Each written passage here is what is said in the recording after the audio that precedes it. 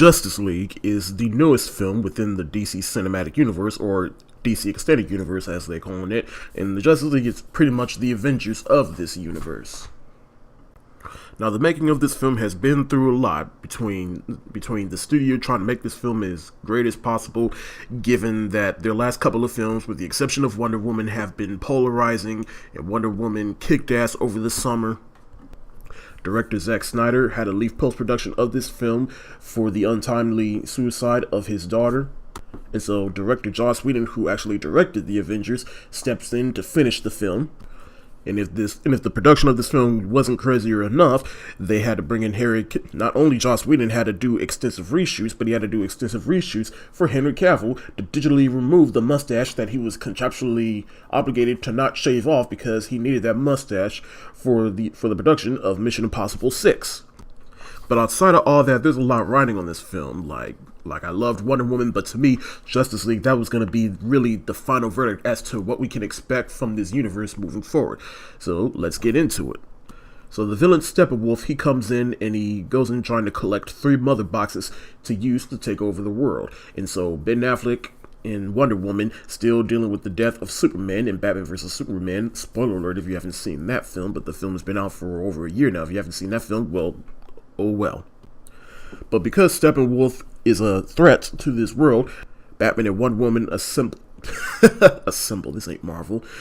Batman and Wonder Woman, they bring together a team of other metahumans such as the Flash, Aquaman, and Cyborg to form the Justice League. Now, I can honestly say that I was really digging this film. Now, here's a quick rundown of the DCEU. Now, Man of Steel, I loved. Even though it was polarizing, I contend that is still a brilliant film. Like, I just rewatched that film recently. I rewatched all the DCEU films prepping for Justice League, and I can honestly say Man of Steel is a brilliant film. Batman vs. Superman, despite my problems, it's still a pretty good film. There's room for improvement for it, but I prefer the ultimate cut over the theatrical cut. Suicide Squad, I enjoyed it for what it was, but it's definitely the weakest of the DCEU. Wonder Woman, what good thing about Wonder Woman has not been said. That movie came out over the summer, and it was just wonderful. And one of my favorite films of this year, by far.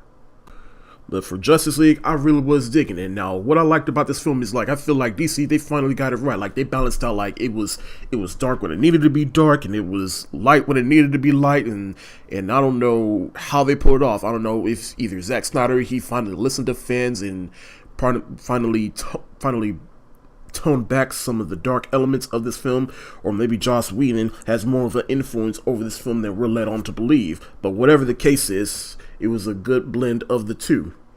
But the Justice League themselves, I was really digging them. The 3 new members, even though they didn't get their solo films, this film got me intrigued. I want to see more from them, and I want to see them interact with the other characters. But I'm going to just run down through each member. Ben Affleck as Batman. He was great in Batman vs. Superman, and he's great in here. And I just like how they took his story out, especially with the aftermath of Batman vs. Superman, and he still feels some type of guilt over what happened to Superman. Wonder Woman, they pretty much add on with her from Wonder Woman, and I just like how they did her story arc and trying to pretty much make her the symbol that she needs to be. The Flash, he was more for the comedic. He was played by Ezra Miller, but I'd say he was pretty good, and I can't wait for his Flash movie. Aquaman and Cyborg are the 2 members that I'm least familiar with because, Aquaman, he was laughed upon. We always knew him as that one superhero that lives in Atlantis that talks to fish, and Cyborg, my only knowledge of him is that he was a member of the Teen Titans, and while I was growing up, by the time Teen Titans came around, that train kind of flew under my radar, so I have little to no info of Cyborg. But when they introduced him in Batman vs. Superman, that kind of got me intrigued. I want to learn more about him. But as for this film, Jason Momoa plays Aquaman, and Ray Fisher, who is actually a Broadway actor, plays Cyborg very good. And I like particularly Cyborg's story arc in this film and how they introduced him. And I want to see more, and I can't wait to see his origin story if they ever give him one. Or his own movie, I should say. And Aquaman, his movie comes out next year, and I can't wait to see him. But, Aquaman, he's pretty much like a surfer bro in this film, which is a great way to take Aquaman. Because, if you try to do him the old school way, you got to spice him up a little bit. You got to make him more, dare I say, commercial. But those 2 characters, I love them, particularly Cyborg, and I can't wait to see what they do with them moving forward. As for Superman, He's in the film, and that's all I'm gonna say. I mean, I'm not gonna spoil it for anyone because, you know, the trailers have been very vague about his inclusion in this film, so I'm not gonna spoil it. Just go see the film, and I'll say once you see him in the film, you'll be pretty satisfied. Especially for where they take his character in the film, which is how they handle him in the film. That was just like, yes, finally! But again, one of the other things I like about this film is like they finally add some lightheartedness to it. Like, as much as I like for what they're trying to do with the DCU, it's nice to see some, you know, superheroes, you know, joking around and smiling a little bit, you know? And for the positives, yeah, the villain Steppenwolf, pretty much the problem with Marvel movies is he was a weak villain, but at the same time I can kind of understand because it's like, it's not, the villain is pretty much a plot device. It's really all about the heroes and you're seeing them interact and really come together.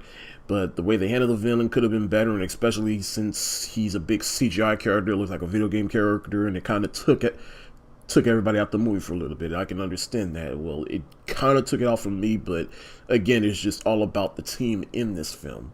And of course, it's a little CGI heavy. You know, it's Zack Snydery when it needed to be Zack Snydery, but you know, you can kind of expect that. But they're kind of learning a little bit. But still, I was really digging this film to the fact where, like, does this really need? Like, I understand why they try to make this under 2 hours, but at the same time, at the end of the film, it's like, I kind of wish it wasn't. I want to see more. Despite the fact that this film is under 2 hours, and I felt like this really could have been a little long because this film, it just went from, all right, this scene, now this scene, now this scene. It's like, it doesn't really give you a chance to process anything, and the villain Steppenwolf could have been done better. I really was digging this film, and I'm excited for what they do next, and I feel like they're making this the right step forward to right the ship and to make this universe what it needs to be and setting the precedent for where this franchise needs to be. I can't quite get it to 4 stars for worth money, but I will say it is definitely 3 stars for room for improvement, but with money. I don't know how to say it. That's really all I can say, because it's like, I really want to give this movie 4 stars, but it's like some of the problems with this film, especially with the tone, the runtime, the villain, and some of the CGI and visual effects in this film, I just can't let that go unnoticed. So I guess this is one of those times where I have to put my enjoyment and how I feel watching this movie aside and look at the film with objective eyes, and I guess look at it, dare I say, as a filmmaker. So yeah. But in any case, yeah, 3 stars for room for improvement. But still, go out to go see this movie. This film is definitely worth your money, whether you see it at full price or matinee. Just please go out to see this movie. That's it for the day. If you like what you see, go ahead, hit that thumbs up button. If you want to see more, check out my channel. The link is in the description below. And be sure to check me out on Facebook, Twitter, Tumblr, Instagram, Movie Pilot, and Periscope. Peace.